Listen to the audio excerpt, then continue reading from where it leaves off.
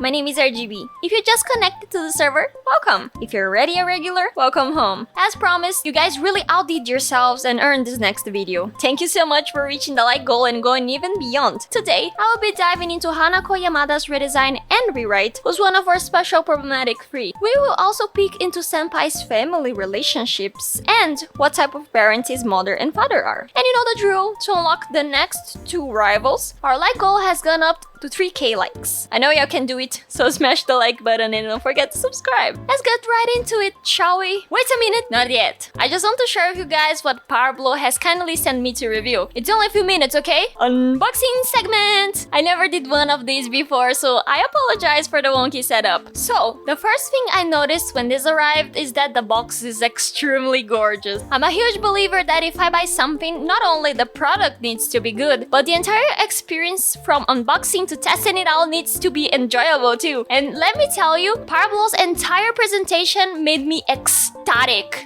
The box is so beautiful that I was wowing it the entire time. I received a pastel pink tablet. It has 1 mode switch, a mute mechanical roller with the function tool in the middle, and 5 buttons to zoom in, out, to use the eyedropper tool, the hand tool, and our beloved undo button. Underneath the tablet, you could find a few papers with instructions, as well as my favorite thing, the sticker sheet. It's so cute. It's a little small detail, but it's very meaningful and made me pretty happy. On the box, you could also find a small white tissue that has Pablo's logo on it, a glove, which I struggled quite a bit to put on, and you can see me having a little bit of trouble with it. I found the pencil case a really cute touch, and the pen is majestic. It's a lot bigger than my previous tablet, and it's very comfortable to hold because of the silica gel, so I can draw for longer periods of time without pain. It's also battery-free and has electromagnetic resonance. Lastly, there are the basics, the pen nibs, the USB cable, and the adapter to connect to different devices. The tablet is compatible with,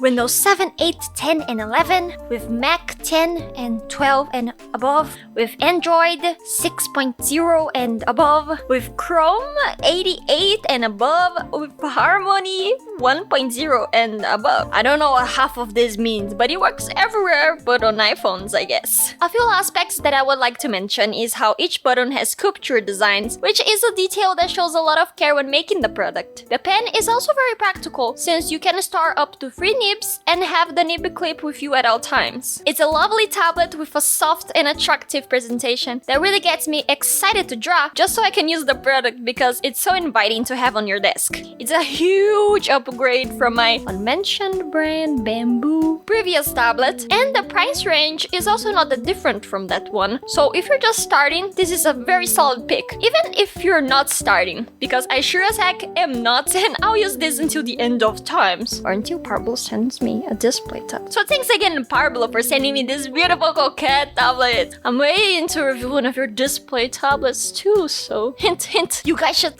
totally hype me up in the comments so they can send me one of the big boys. Also, don't forget to check out their products, link in the description. Thank you so much again, and let's go.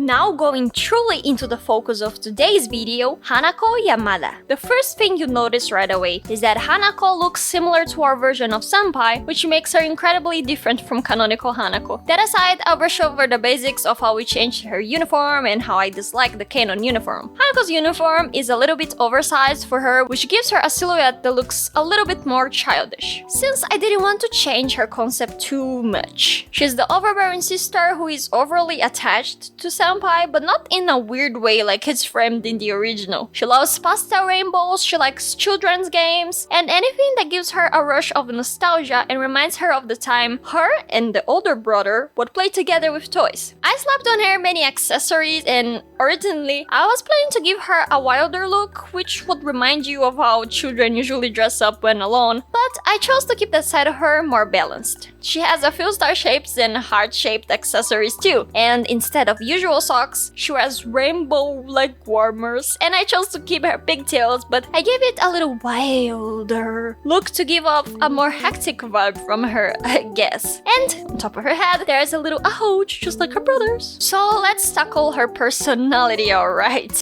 Hanako is the spirited and emotionally attached half-sister of Taro Yamada. Unlike in the original where she's an over-the-top sibling with a borderline obsessive relationship with him, in this version her attachment to him is rooted in her greatest fears. Hanako and Senpai are both their father's children, but her mother is the woman Senpai father married after Taro's birth. Aiko, Hanako's biological mother and Senpai's adoptive mother, this is just a placeholder name, so if you want to rename her in the comments and rename the father, you can just give me suggestions. Aiko is a kind and devoted Japanese woman who raised both children as her own. Technically, she would be Senpai's stepmother, but to Taro, she is simply mom. Hanako was born 3 years after Senpai, and the two are raised under the same roof as full siblings in every meaningful way. Senpai's biological mother died at birth, and while that didn't personally affect Taro, as he claims, her death is a very sensitive subject at home, even years later. That's the Yamada's family touches subject. Diving deeper into the siblings' relationship, Hanako grew up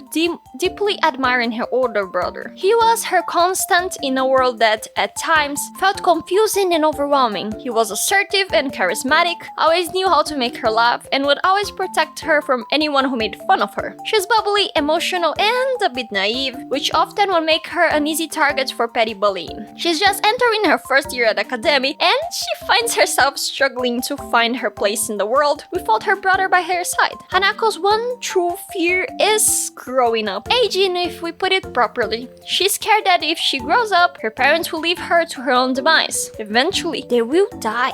She will have to take her own steps into a cold and unforgiving world, and if Taro ever falls in love, he will push her to the side to focus on his own life. He's already doing that. By pursuing his own studies and building a reputation at school, they spend less and less time together. There's barely a time in his schedule to dedicate to her, but she sees her, and she sees her little world crumbling down into tiny pieces of Lego. While she would love to make new friends, she's deathly scared of talking to people. Because she was so surrounded by her family, she never saw the need to go too deep into relationships with other people. So, in Ayano's view, Hanako is an annoying girl who's always angry at her brother and is really hostile to everyone else. The vibes she gives off to people scream stressed and overwhelmed, even when she's acting bubbly and trying to smile. It's off-putting as there's something clearly bothering her at all times. The most notable part of her gimmick as a character is that Hanako is a pacifist road-only rival. In the genocide road, you don't ever get to meet her because she will not enroll in academy. So, when you get to deal with her, it's assumed that Ayano and Senpai have already developed a certain kind of bond where people notice sparkles when they're together. Hanako is one of those people, so she naturally is very wary of Ayano. She is ideally the easiest rival to deal with, but the one who Ayano struggles to understand the most. Hanako is an explosive ball of feelings and emotions, everything about her driven by her heart, which is something Ayano is only currently getting in touch with and understanding. It takes many weeks, maybe even 1 month, to get Hanako to open up to Ayano. To quote-unquote beat the youngest sister, Ayano needs to become a friend and a mentor to her. Both of them learn new views of the world. Ayano is so used to being independent and doing things by herself without much support that Hanako can't help but to feel admiration by such a competent and assertive older figure. She's similar to her older brother, just lacking a little bit of his warmth. Ayano, on the other hand, starts to understand that feelings are volatile and many times irrational. By observing Hanako and understanding her wants and needs, she starts to see how the girl's over-attachment is not something great, and it hurts her and the others around her. This is somewhat a little parallel that genocide road Ayano will never come to understand properly. The role to helping Hanako overcome her fear is to help her become more independent in a positive way, to help her join a new group of friends and relax for once. The people who love her will always be with her, even when far apart. So, wait, you didn't think we were only getting her today, right?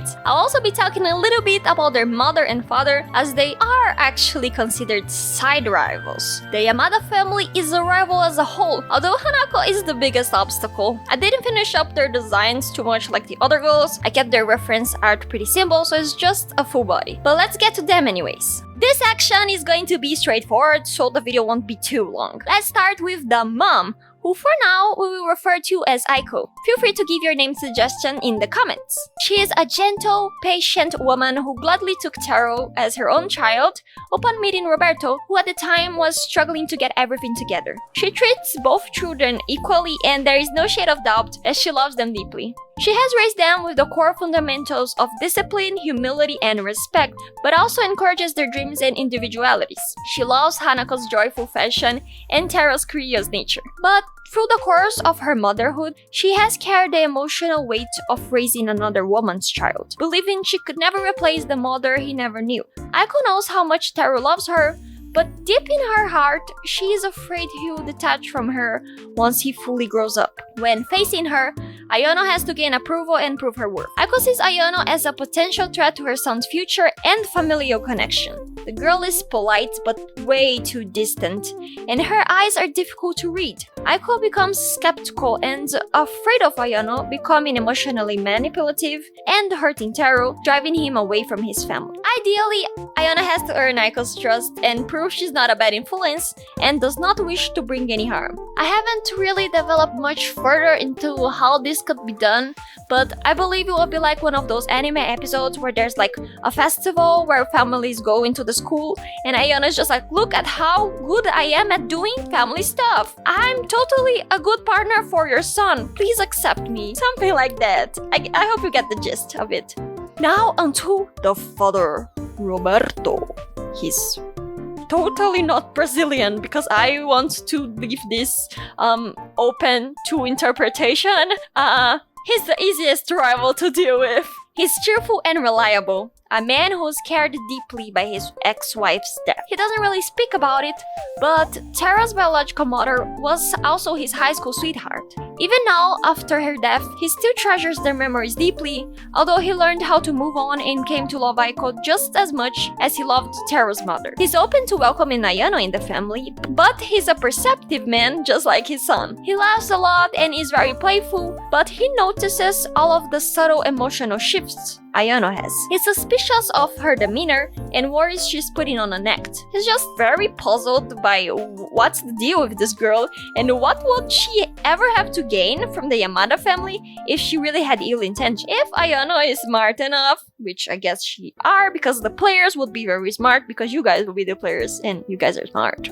She will eventually learn that the easiest way to get on his good side is to let him speak about his country and all of his memories. He yaps for hours about how different Japan is from his homeland, and to be fair, it's a game of endurance. Can Ayano really stand Roberto info dump about his life and about the cultural differences of the two countries? Of course you can. If there's something Taro inherited from his father, it's his charisma. Pacifist wrote Ayano is an incredibly different person from initial Ayano. She softened up and came to understand so many things she would never understand in the genocide wrote. Heck, I believe you could even get her to a therapist if there was such a thing in the game. Healthy life simulator, I guess. But it is what it is. Sorry this last section is so rushed. I didn't want to spend too much time on very minor characters, but I know some of you guys really like to develop further into our redesigns in the comments, so I invite you to both pick names for the characters and dive deeper into their relationships, hobbies, and overall story. You know I read every comment, right? Thank you so much for watching, and thanks again to Pablo for sending me their beautiful Intangbo tablet! It's big! It's very awesome, and I'll be using it from now on. If you like this video, I suggest you jump into our first one where I redesign Ayano and Taro. Go, go, go!